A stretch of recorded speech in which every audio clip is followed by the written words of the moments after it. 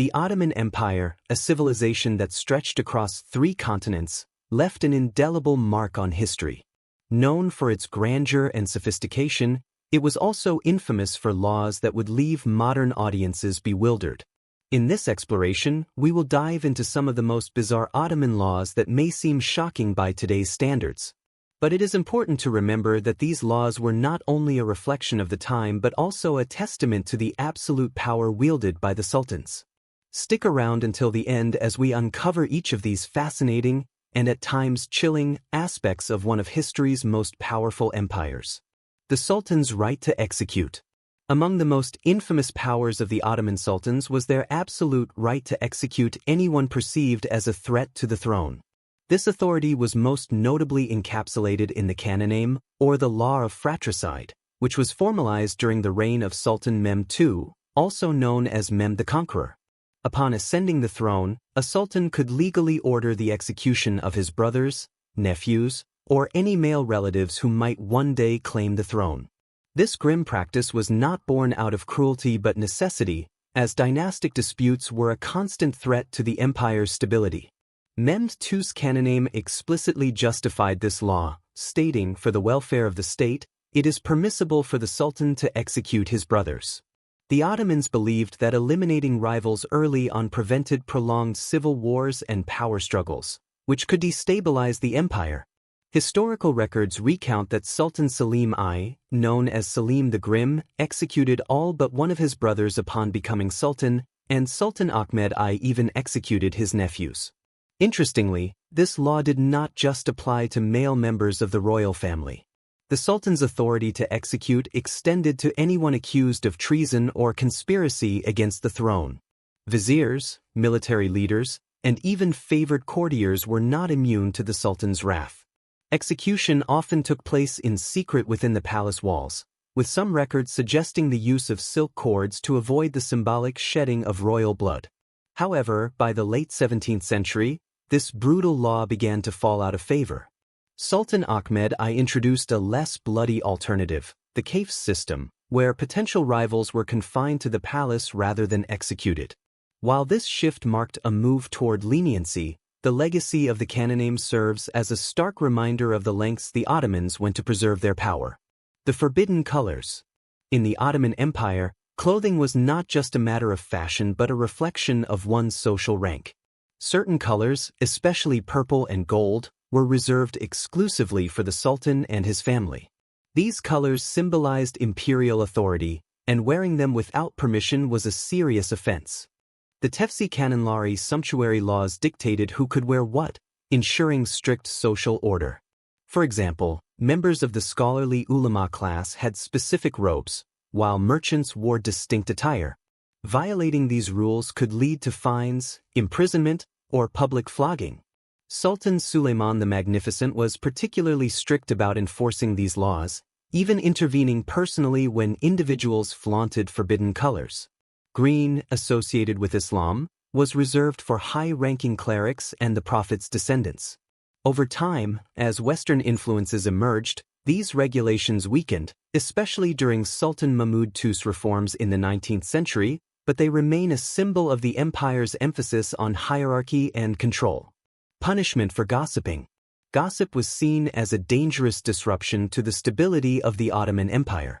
In a society where loyalty and unity were paramount, spreading rumors or speaking ill of others was considered a direct threat to the social fabric. The Ottomans viewed gossip as a form of fitna, a term denoting strife that could destabilize the state.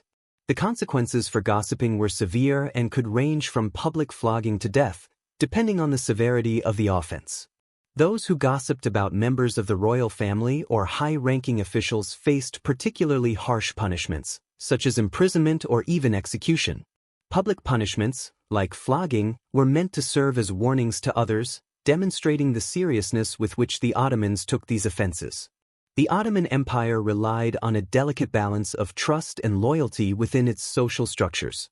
Gossip could easily undermine this balance, creating suspicion and unrest. Death for tax evasion. In the Ottoman Empire, tax evasion was treated with an unforgiving brutality that demonstrated the absolute power of the state. The empire's vast military and administrative structures depended heavily on the revenue generated by taxes, and any attempt to cheat the system was seen as an act of treason against the sultan himself. Tax collectors, known as askari, were the enforcers of this ruthless policy, and their authority to extract payments was absolute. The severity of the punishment for tax evasion was extreme. It could lead to the death penalty. Tax evaders, especially those who attempted to deceive the state on a large scale, faced gruesome consequences. This punishment was not merely about financial restitution but served as a brutal example to others. The harshness of the punishment was not limited to execution alone. For those who were not immediately put to death, the empire would seize their land, property, and possessions, leaving the evader penniless and disgraced. The state believed this public humiliation and financial ruin was necessary to maintain order and discipline within the empire.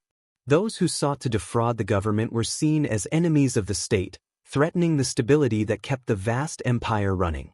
Such ruthless measures ensured the flow of necessary resources to maintain Ottoman dominance, and any betrayal in this regard was met with swift, often lethal, retribution.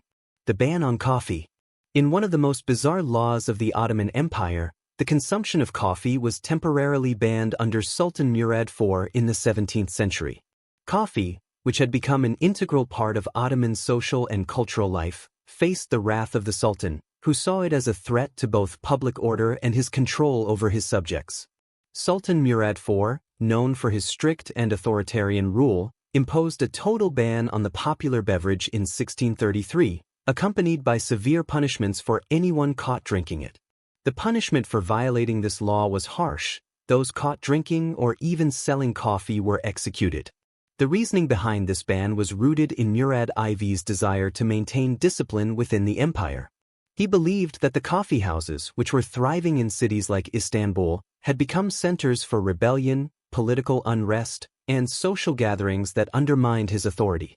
Coffee houses were places where intellectuals, poets, and commoners alike gathered to discuss politics, philosophy, and even openly criticize the Sultan's reign. This, in the eyes of Murad IV, was dangerous and destabilizing. The ban on coffee was enforced with brutal efficiency. The Sultan's enforcers patrolled the streets, searching for coffee drinkers and sellers. Public executions were carried out to send a clear message: any defiance of the Sultan's orders would be met with deadly consequences.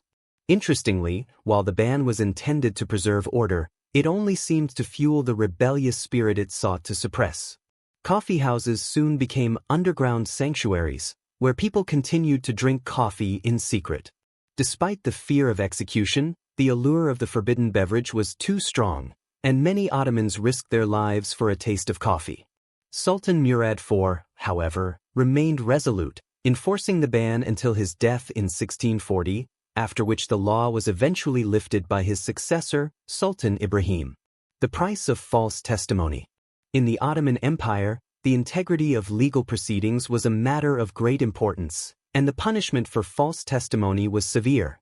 The legal system relied heavily on the testimony of witnesses, as the empire did not always have the kind of forensic evidence we rely on today.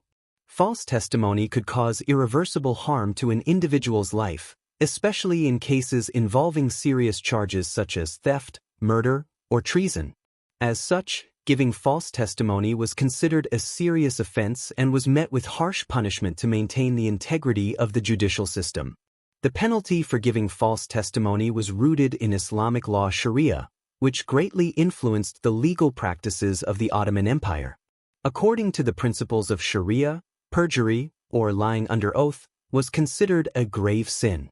False witnesses could be subjected to physical punishments, such as flogging or imprisonment, depending on the severity of the offense.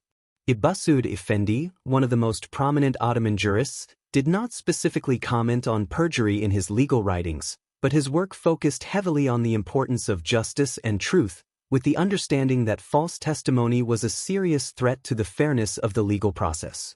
In cases where false testimony led to severe consequences, such as a wrongful conviction or the death of an innocent person, the punishment could be even more severe. Some sources indicate that those found guilty of providing false testimony could face execution, particularly if their lies had led to a grave miscarriage of justice. The Ottoman Empire's legal system was an unyielding force, designed to protect its fragile balance of power and maintain the integrity of its society.